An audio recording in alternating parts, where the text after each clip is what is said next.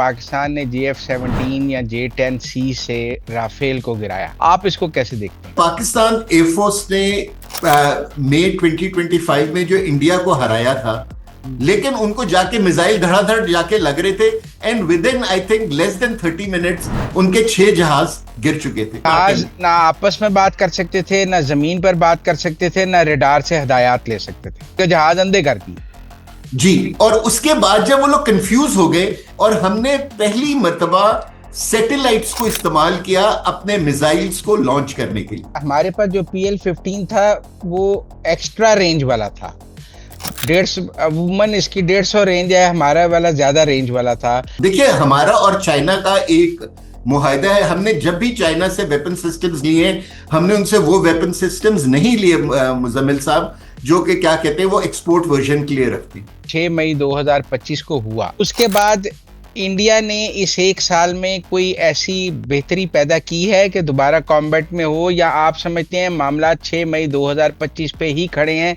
In the short term तो यही होगा, ठीक है ना, क्योंकि देखिए एयरफोर्स के अंदर कोई भी कैपेबिलिटी जनरेट करने के लिए आपको सिर्फ वेपन सिस्टम नहीं चाहिए होते, आपको ह्यूमन रिसोर्स भी चाहिए होती है और आपने उस ह्यूमन रिसोर्स की ट्रेनिंग भी करनी होती है। ये सोर्स कोड की क्या लड़ाई है? वो कहते हैं जी राफेल का सोर्स कोड नहीं था उनके पास, हमारे पास JF-17 और J-10C के सोर्स कोड हैं, इसलिए वो हार गए।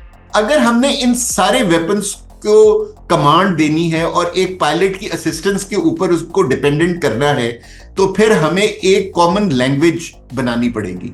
और हमारा F-16 वाला अपने J-10 को भेज सकता है जी। ये तो फिर इंडिया की अपनी नाकामी है ना, उन्होंने अपना लिंक बनाना था, वो नहीं बना सके आज तक। अस्सलाम वालेकुम नाज़रीन, मुज़म्मिल सरवरदी ऑफिशियल यूट्यूब चैनल के साथ मैं हूं मुज़म्मिल सरवरदी। उम्मीद है आप खैरियत से होंगे। मेरे आज के मेहमान air marshal retired Saeed Khan साहब, साबिक सफ़ीर भी रहे हैं, पाक फ़ज़ाइया में एयर मार्शल भी रहे हैं, और टू हैट्स ऑन देयर, एक डिप्लोमेसी का हैट भी है इनके पास और एयरफोर्स का हैट भी है। अस्सलाम वालेकुम सईद खान साहब। वालेकुम अस्सलाम मुज़म्मिल साहब। सईद खान साहब, आज चूंकि बनियानुल मरसूस का 1 साल का जश्न भी मनाया जा रहा है और दूसरी तरफ ईरान अमेरिका लड़ाई भी चल रही है, तो दोनों पर बात करेंगे जी। देखें, एक सवाल जो है कि पाकिस्तान ने JF-17 या J-10C से राफेल को गिराया और दुनिया ये कहती है कि राफेल एक सुपीरियर त्यारा है बनिस्बत J-10C और JF-17 की निस्बत। तो आप अभी हमने ईरान अमेरिका लड़ाई में भी उनके F-15 गिरते देखे हैं, जबकि ईरान के पास तो F-15 लेवल का कोई त्यारा नहीं था और उन्होंने गिराया। तो एक नया फिनोमेना आया है कि आप जदीद जहाजों को कमतर टेक्नोलॉजी के से गिरा सकते हैं, आप इसको कैसे देखते हैं? मेरे ख्याल हम अगर आप मुझे इजाजत दें तो मैं आपसे इस तरह इख्तलाफ करूंगा कि हम 2 डिफरेंट चीजों को एक साथ नहीं मिला सकते। देखिए, पाकिस्तान एयरफोर्स ने मई 2025 में जो इंडिया को हराया था वो अपनी सुपीरियर प्लानिंग और स्ट्रेटजी की वजह से था। जहाज जो है ना वो ऑलमोस्ट दोनों के साइड के ऊपर कंपैटिबल थे, ठीक है। राफेल इस वक्त दुनिया के टॉप एयरक्राफ्ट में शामिल है और उसके ऊपर जो मिसाइल है मीटियोर वो भी दुनिया के टॉप मिसाइल्स में शामिल है, लेकिन J-10C और जो हमारा JF-17 है वो भी किसी से कम नहीं। इसलिए कि मैं आपको ये बात इसलिए कहूंगा कि देखिए कि जहां हमने अपने डिफेंसिव रोल में अपनी कैपेबिलिटी 6th और 7th को शो की, हमने अपनी ऑफेंसिव कैपेबिलिटी इन्हीं जहाजों के साथ 10th ऑफ मई को शो की। सो हमने ये शो किया कि हम ना सिर्फ इन जहाजों के साथ बेहतर डिफेंस कर सकते हैं बल्कि हम एक कैलकुलेटेड ऑफेंस भी इनके साथ कर सकते हैं। और मैं जो आपसे कह रहा हूं कि जी कि हमने बेहतर स्ट्रेटजी के तहत उनको हराया, तो अगर आप मुझे इजाजत दें तो मैं थोड़ा सा आपको ये एक्सप्लेन कर दूं, क्योंकि आजकल 2-3 टर्मिनोलॉजीज हैं जो पाकिस्तान में मेरा ख्याल आजकल बच्चा बच्चा जानता है कि एक तो हम कहते हैं मल्टी डोमेन ऑपरेशंस और दूसरा कि पाकिस्तान एयरफोर्स ने किल चेन बनाई थी। मल्टी डोमेन ऑपरेशंस क्या है, पहले इसको समझने की जरूरत है, क्योंकि जो पहली मर्तबा दुनिया में किसी एयरफोर्स ने जो एक स्टैंडर्ड एयरफोर्स होती है उसके अलावा जो डोमेन्स हैं उनको शामिल किया है to form a killer chain, ठीक है ना। सो इसको समझने की जरूरत है जब 2019 में प्राइम मिनिस्टर मोदी ने अपने खड़े होके कहा कि आप जो हैं, क्या अगर हमारे पास राफेल होते तो हम पाकिस्तान को बेहतर हैंडल कर सकते, तो हमें उस वक्त से ही अंदाजा हो गया था कि जो है इंडिया कुछ ना कुछ जरूर करेगा 2019 का बदला लेने के लिए। सो इसलिए पाकिस्तान के पास जो ट्रेनिंग के जो हाईएस्ट दो फोरम्स हैं, एक हमारा उसको हम कहते हैं कॉम्बैट कमांडर स्कूल, जो हमारा टॉप गन स्कूल है, और दूसरा जो है एक हायर सेंटर ऑफ लर्निंग हमने इसको ऊपर बनाया जिसको हम कहते हैं ACE, air power centre of excellence. तो हमने उनको टास्क किया कि अच्छा, ये इधर सारे यंग, आप कहें कि विंग कमांडर और लेफ्टिनेंट कर्नल रैंक के पायलट्स होते हैं। हमने इनसे कहा कि आप हमें ये बताएं कि ये जो इंडिया एक कैपेबिलिटी हासिल कर रहा है, इसको बेस्ट किस तरीके से डिफीट किया जा सकता है। सो जो हमारे हायर सेंटर ऑफ लर्निंग था एस, उसने एयरफोर्स को एडवाइस किया कि जी कि आप अगर चाहते हैं तो आप इस तरह से जंग लड़ें कि वो अपने इन वेपन्स को इस्तेमाल ना कर सके, और फिर उन्होंने ये डोमेन्स की एडवाइस दी। जो एयर चीफ मार्शल जहीर हैं, उनको ये क्रेडिट जाता है कि जैसे ही उन्होंने टेक ओवर किया मार्च 21 में, उन्होंने इन चारों डोमेन्स की बुनियाद रख दी। और वो डोमेन्स क्या थी कि बेसिकली आपने कमांड्स बनाई, कमांड्स मींस कि आपने इंस्टीट्यूशंस बनाए जहां आपने और उनको सेंटर्स ऑफ एक्सीलेंस बनाए। अब वो कमांड्स क्या थी? एक स्पेस कमांड थी, दूसरी साइबर कमांड थी, तीसरी ईडब्ल्यू कमांड थी, और चौथी जो थी वो पफ थी, पाकिस्तान अनमैन्ड फोर्स, या आप कहेंगे ड्रोन्स, यूकैव्स और यूएवीज के जो उस कमांड के अंदर थे। एक स्टैंडर्ड एयरफोर्स जो है ना, वो दो एलिमेंट्स के ऊपर डिपेंड करती है मुजम्मिल साहब, एक जहाज और एक रिडार और उसके साथ एफिलिएटेड वेपन्स। लेकिन पाकिस्तान एयरफोर्स ने पहली मर्तबा बाकी चार डोमेन्स को भी इंटीग्रेट किया, इनिशियल दो डोमेन्स के साथ। सो वी हैड 6 डोमेन्स, और इन डोमेन्स को उन्होंने इंप्लॉय किया इनटू अ ब्यूटीफुल स्ट्रैटेजी। देखिए, हम सिर्फ ये देख रहे हैं कि राफेल गिरे, लेकिन राफेल को गिराने के लिए उससे पहले भी बहुत कुछ हुआ। और वो क्या हुआ कि आपने जो राफेल्स थे, जो अभी अपने मुल्क में 100-150 किलोमीटर पीछे खड़े हुए थे, आपने उनको जो है उनकी कम्युनिकेशन लिंक को बिल्कुल डिस्टर्ब कर दिया। ना वो आपस में बात कर सकते थे, ना वो अपने कमांड सेंटर्स या रिडार के साथ जमीन पे बात कर सकते थे। मैं राफेल्स की बात नहीं कर रहा, मैं सारे उन 80 जहाजों की बात कर रहा हूं जो इंडिया ने उस वक्त हमारे ऊपर यानी कि हमारे खिलाफ लॉन्च किए हुए थे। इसी तरह जो हमारी साइबर कमांड है, उसने क्या किया कि जितने पावर जनरेशन यूनिट्स थे इंडिया के कमांड सेंटर्स के, उनको टेम्पोरेरली डिसफंक्शन कर दिया। उससे क्या हुआ कि उनके कमांड सेंटर्स के अंदर जो मैनेजमेंट हो रही थी वो बिल्कुल डिसरप्ट हो गई। ठीक है ना। इसी तरह हमारी जो ईडब्ल्यू कमांड थी, उसने भी जितने जो उनके इंस्टीट्यूशंस, कंप्यूटर्स या जो कमांड सेंटर्स के अंदर जो अपडेट देने के लिए जो सिस्टम्स लगे थे, उन सबको जैम कर दिया। So there was a total chaos in India within मतलब आप 30 कह रहे हैं कि मिनट्स ऑफ द उनके वॉर जहाज स्टार्टिंग। ना आपस में बात कर सकते थे, ना जमीन पर बात कर सकते थे, ना रेडार से हदायत ले सकते थे। ले अंधे सकते अंधे और कर दिया हमने, उनके जहाज अंधे कर दिए। जी, और उसके बाद जब वो लोग कंफ्यूज हो गए, तो हमने we moved our aircraft forward. जो हमारे स्ट्राइक एयरक्राफ्ट या हमारे किलर एयरक्राफ्ट थे, हमने उनको आगे मूव किया, और हमने पहली मर्तबा सैटेलाइट्स को इस्तेमाल किया अपने मिसाइल्स को लॉन्च करने के लिए।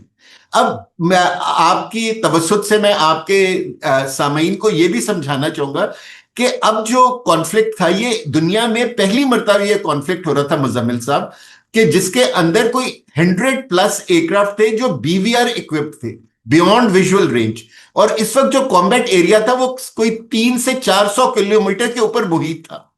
ठीक है ना। ठीक है। दुनिया में ऐसा कोई रेडार नहीं है, कोई जहाज नहीं है जो इतने बड़े एरिया में सारे जहाजों के ऊपर अपनी अपडेट रखे। It is only possible through satellites. So जो हमारी स्पेस कमांड थी, उसने हमें असिस्टेंस दी कि हम अपने बीवीआरस को फायर करें without a lock on to the enemy aircraft. और हमारे जो एईडब्ल्यूज थे, उन्होंने उन मिसाइल्स को गाइड किया till the time the missile का अपना रेडार ऑन नहीं हो गया और उसने टारगेट को लॉक नहीं कर लिया। सो यानी कि ये एक ऐसे तरीके से मिसाइल्स लॉन्च हुए कि अभी इंडिया में जो जहाज थे वो तो अपने आप को समझ रहे थे कि हम BVR missile, Pakistan BVR missile range से बाहर हैं, लेकिन उनको जाके मिसाइल धड़ाधड़ जाके लग रहे थे। And with in I think less than 30 minutes उनके 6 जहाज गिर चुके थे। सो एक जमीन पे टोटल कंफ्यूजन थी, एयर में टोटल कंफ्यूजन थी, और जहाज गिर रहे थे। That was the thing that totally confuse the Indian air force, और उन्होंने अपने 80 के 80 जहाजों को लैंड करने का कह दिया। और इसी वजह से आप देखते हैं कि 7, 8 और 9 मई को आपने किसी इंडियन एयरक्राफ्ट को, फ्रंटलाइन एयरक्राफ्ट को एयरबोर्न नहीं देखा, क्योंकि इंडियन एयरफोर्स ये सोच रही थी कि हमारे साथ हुआ क्या है, what is Pakistan done. So what Pakistan did was a higher form of strategy never used in the world, but we told the world के जी बीवीआर इस तरीके से फायर किए जा सकते। मैं सिर्फ एक चीज आपकी नॉलेज में लाना चाहूंगा कि जो आज तक एविएशन हिस्ट्री के अंदर लॉन्गेस्ट एरियल किल थी with a BVR missile was 98 kilometre by Yousef in 1991। ठीक है ना। लेकिन 7 मई की सुबह पाकिस्तान एयरफोर्स ने जो पहला राफेल गिराया, वो 190 टू 198 किलोमीटर के ऊपर गिराए। तो वहां तो वो सोच ही नहीं रहे थे कि हम अभी पाकिस्तान के मिसाइल की रेंज में, क्योंकि PL-15 की रेंज ही 200 से 220 किलोमीटर तक की है। ठीक है ना। So this is the surprise that we gave to them, और हमारी स्ट्रेटजी और सरप्राइज ने इंडियन एयरफोर्स को इतना परेशान कर दिया कि वो अगले 3 दिन तक उड़ नहीं सके। सो यस, आप बिल्कुल सही फरमा रहे हैं, India had better weapons, but मैं समझता हूं कि पाकिस्तान एयरफोर्स की strategy was far better and superior than that. वो कह रहे हैं PL-15 की, हमारे पास जो PL-15 था वो एक्स्ट्रा रेंज वाला था।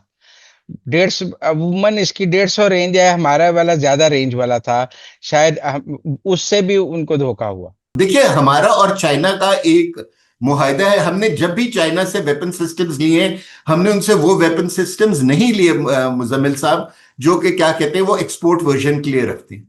हमने हमेशा उनसे वो वेपन्स लिए जो वो अपनी एयरफोर्स में फ्लाई करते।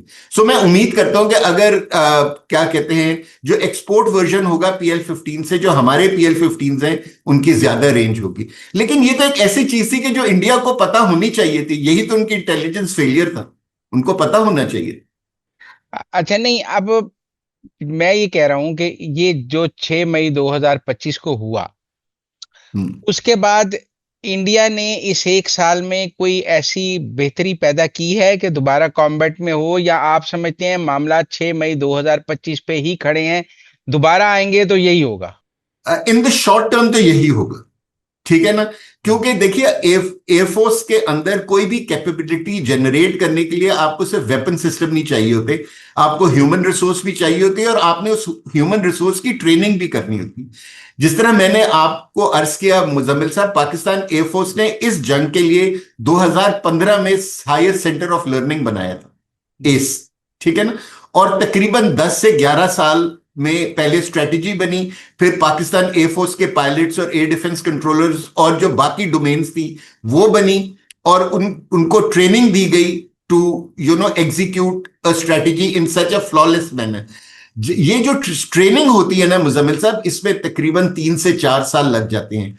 सो अगले 3 से 4 साल या 5 साल तक तो मैं नहीं देखता कि इंडियन एयरफोर्स पाकिस्तान एयरफोर्स का मुकाबला कर सकती है। लेकिन जब वो आएंगे तो हमारे पास एक नई स्ट्रेटजी होगी, क्योंकि अब हमने अभी तक जिस तरह DGISPR भी कई मरतबा कह चुके, पाकिस्तान एयरफोर्स ने तो अभी सिर्फ अपनी 15 से 20% तक कैपेबिलिटी इंडिया को इन 4 दिनों में दिखलाई थी।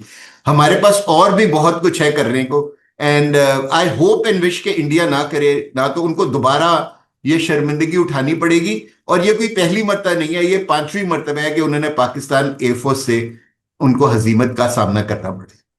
नहीं, वो बात आपकी ठीक है, लेकिन इंडिया ने इतने राफेल गिरने के बाद भी राफेल ही और 100 खरीदे हैं। एक राय थी कि वो F-35 की तरफ जाएंगे और तरफ जाएंगे, लेकिन वो राफेल ही लेना चाह रहे हैं। इसका मतलब है उनको भी ये पता है कि त्यारे में खराबी नहीं है, हम में खराबी है। जी। एक ये, दूसरा ये कि मुजम्मिल साहब, जब आप एक सिस्टम एक खास कंट्री का इंडक्ट करते हैं ना, आपको अपने पूरा जो मेंटेनेंस सिस्टम, ट्रेनिंग सिस्टम्स, उनको भी अपग्रेड करना पड़ता है उस कंट्री की वेपन के हिसाब से। हम अमेरिकन सिस्टम को बहुत लेट्स से 50 साल प्लस से चला रहे हैं। सो हमारे लिए एक अमेरिकन सिस्टम को इंडक्ट करना बहुत आसान है। इंडिया ने कभी कोई अमेरिकन सिस्टम नहीं चलाई, वो फ्रेंच सिस्टम्स चलाते हैं। सो उनकी जो एयरफोर्स है वो फ्रेंच वेपन सिस्टम्स को इंडक्ट बड़े आराम से कर सकती है, और उनको पता है कि फ्रेंच वेपन सिस्टम्स की मेंटेनेंस और ट्रेनिंग किस तरह होती है। तो दैट इज देयर, वो उनको एक वो मिला है। लेकिन जहां तक मेरी खबरें, पहले 144 राफेल्स लिए जा रहे थे, अब मेरा ख्याल उस बाइंग को आधा कर दिया गया और बाकियों को स्टैंड बाय मोड में डाल दिया गया। सो इंडिया का भी कॉन्फिडेंस राफेल पर से थोड़ा सा उठ गया है, और उन्होंने मेरा ख्याल पैसे बचा लिए हैं किसी और वेपन सिस्टम के लिए, मे बी SU-57 या मे बी F-35 अगर अमेरिका उनको देने को तैयार हो जाता है। लेकिन वो बेशक जो भी इनमें से जहाज ले, अगले 3 से 5 साल के लिए पाकिस्तान एयरफोर्स को उनके ऊपर बर्तरी हासिल है। ये सोर्स कोड की क्या लड़ाई है? वो कहते हैं जी राफेल का सोर्स कोड नहीं था उनके पास, हमारे पास JF-17 और J-10C के सोर्स कोड हैं, उनके पास राफेल का नहीं है, इसलिए वो हार गए। असल में सोर्स कोड है ना, वो कॉमन जबान है।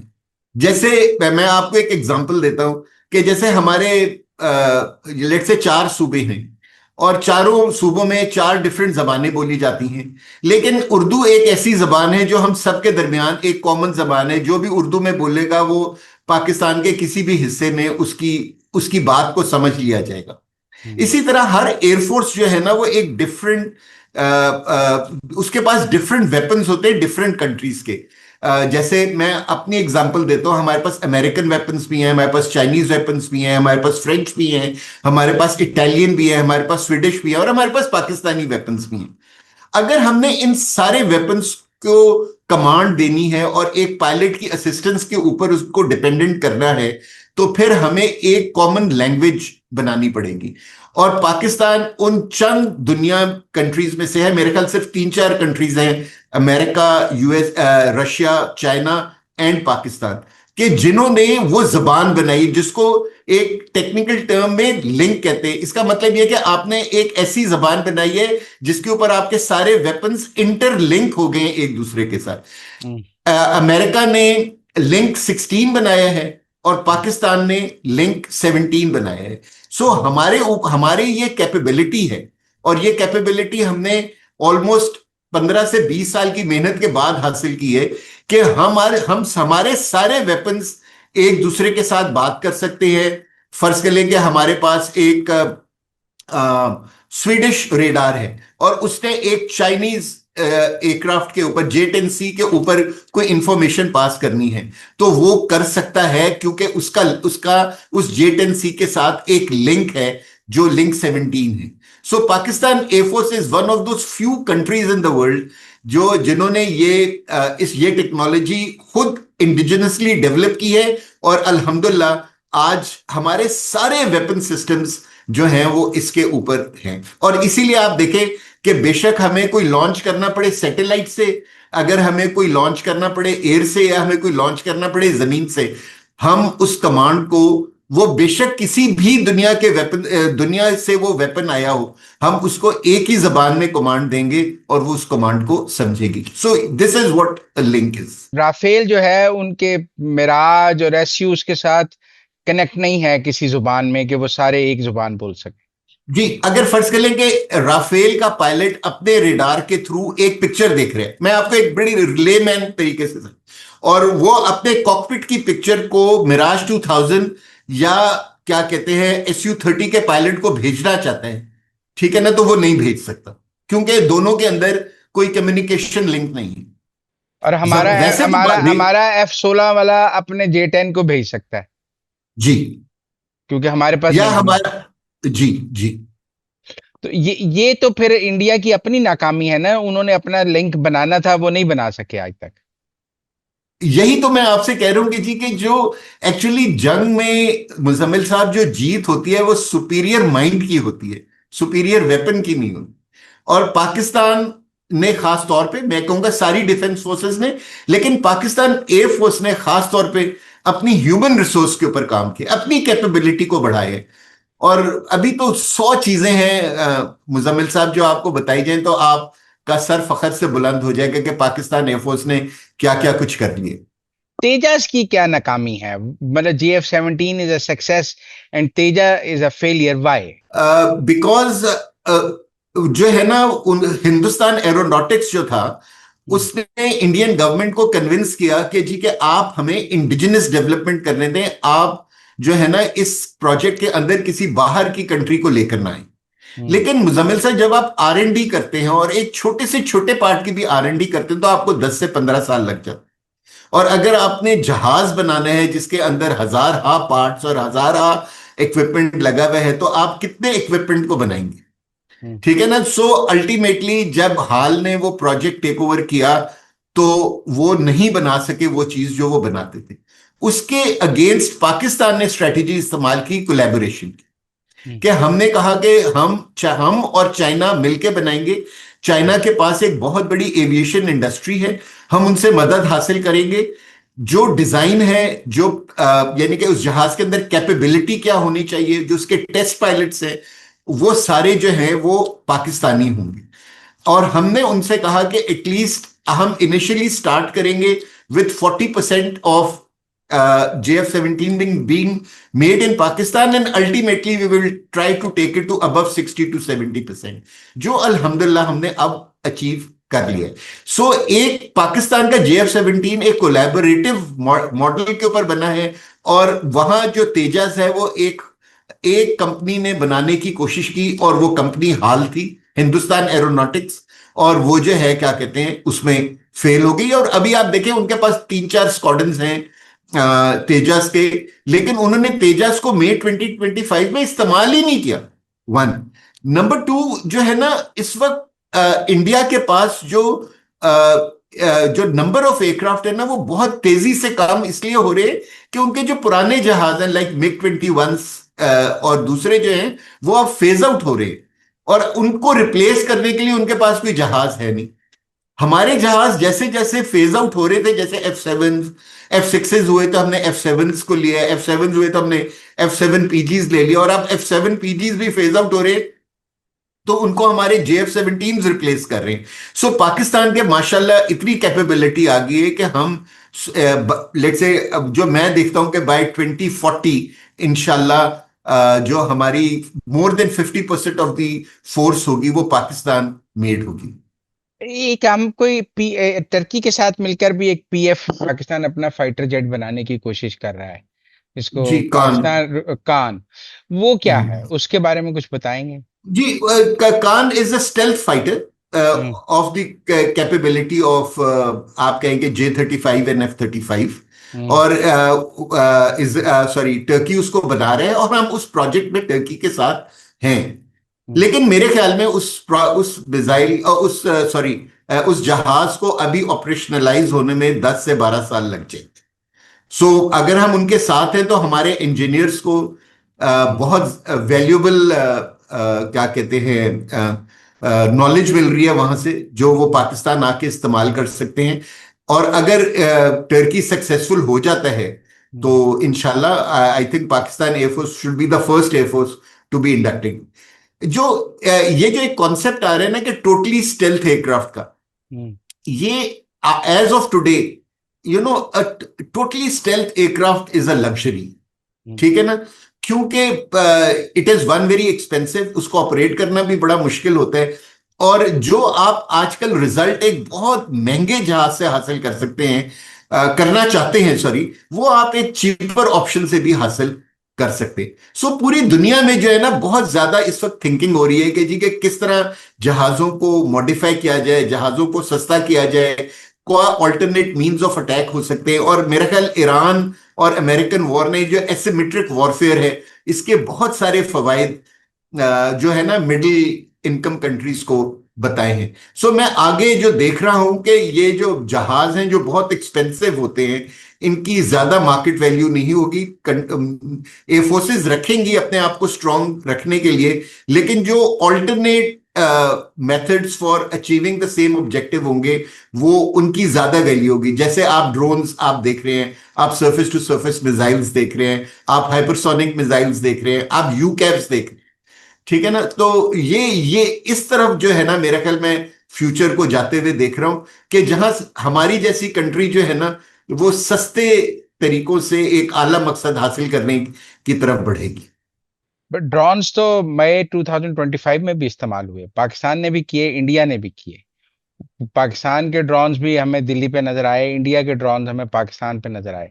उस जी, ड्रोन को फाइट को आप कैसे देखते बहुत लीथल फाइट है जी। हैं? जी। क्योंकि मैं इससे कहूंगा कि मेरे ख्याल ड्रोन्स ने May 25 से ज्यादा जो अच्छी परफॉर्मेंस दी है वो उन्होंने ईरान अमेरिका वॉर में दी है, जहां उनके शहीद ड्रोन ने, क्या कहते हैं, वो जो उनका पूरा आयरन डोम सिस्टम था और जो थार्ड सिस्टम था, उसको बिल्कुल नकारा करके रख दिया।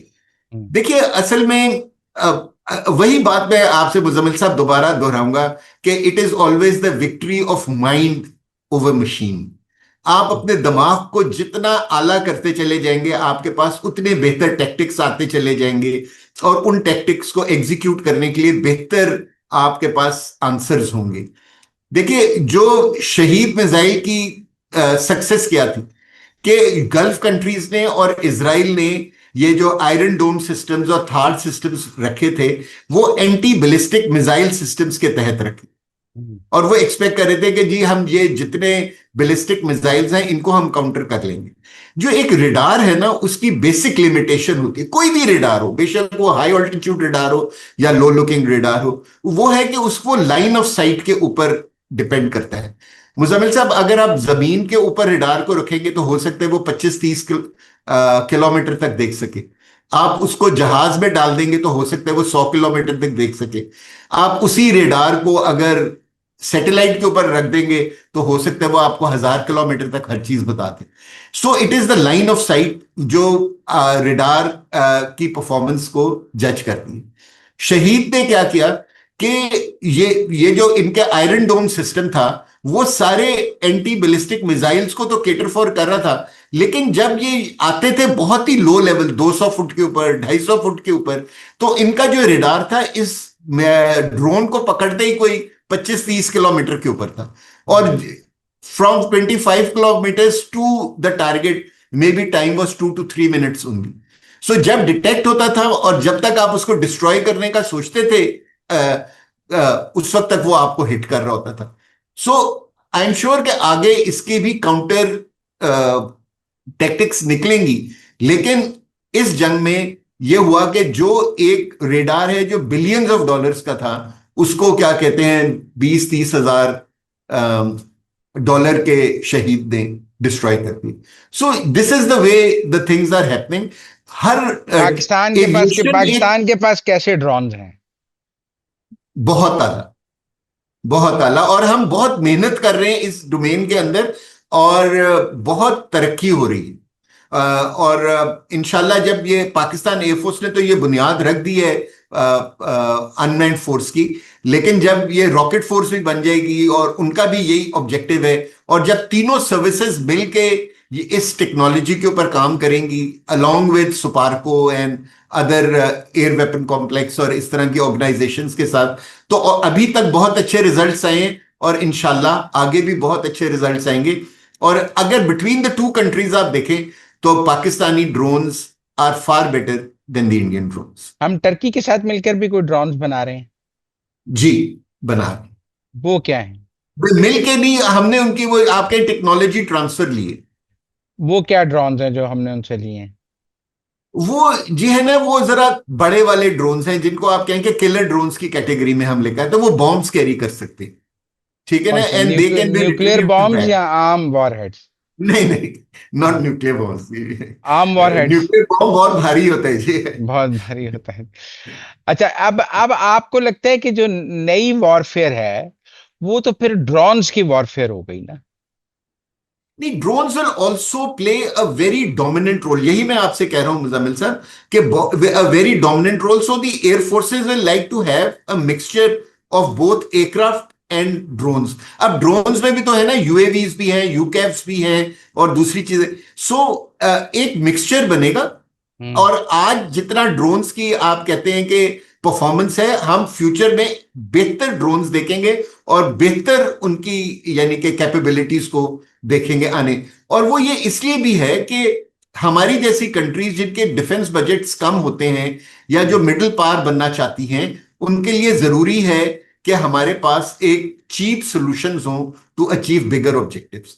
और पाकिस्तान ने इसीलिए इंडिजनाइजेशन की तरफ गया था कि we can have solutions which we can afford. So अच्छा, आप अल्हम्दुलिल्लाह। कुछ लोग कह रहे हैं पाकिस्तान J-20 ले, J-35 ले। आपकी क्या राय है? पाकिस्तान को क्या आगे क्या जहाज मजीद लेने चाहिए? J-20 तो मैं अगर आप मेरी राय पूछते तो J-20 तो मैं बिल्कुल फेवर में नहीं हूं। J-35 यस, क्योंकि J-20 तो उसी कैटेगरी में आता है जिसमें J-10C आता है। उससे बड़ा जहाज है, उससे डबल कैपेबिलिटी होगी, लेकिन it is a 4.5 generation aircraft. ठीक है ना। Hmm. It has more fuel, it has more endurance, it can carry more weapons. लेकिन आपको टेक्नोलॉजिकली वो एज नहीं देता जो J-35 देता है। So if I have a choice between J-20 and J-35, principal साहब, मेरा vote is for J-35। Because J-35 आपको एक स्टेल्थ टेक्नोलॉजी देता है, एक ऐसा जहाज देता है जो इस वक्त के इंडियन रडार्स के ऊपर बहुत लेट पिकअप होगा या बिल्कुल पिकअप नहीं होगा। Thank you very much Saeed Khan साहब, हमारे साथ बात करने का। It was pleasure talking to you. Thank you very. देखिए।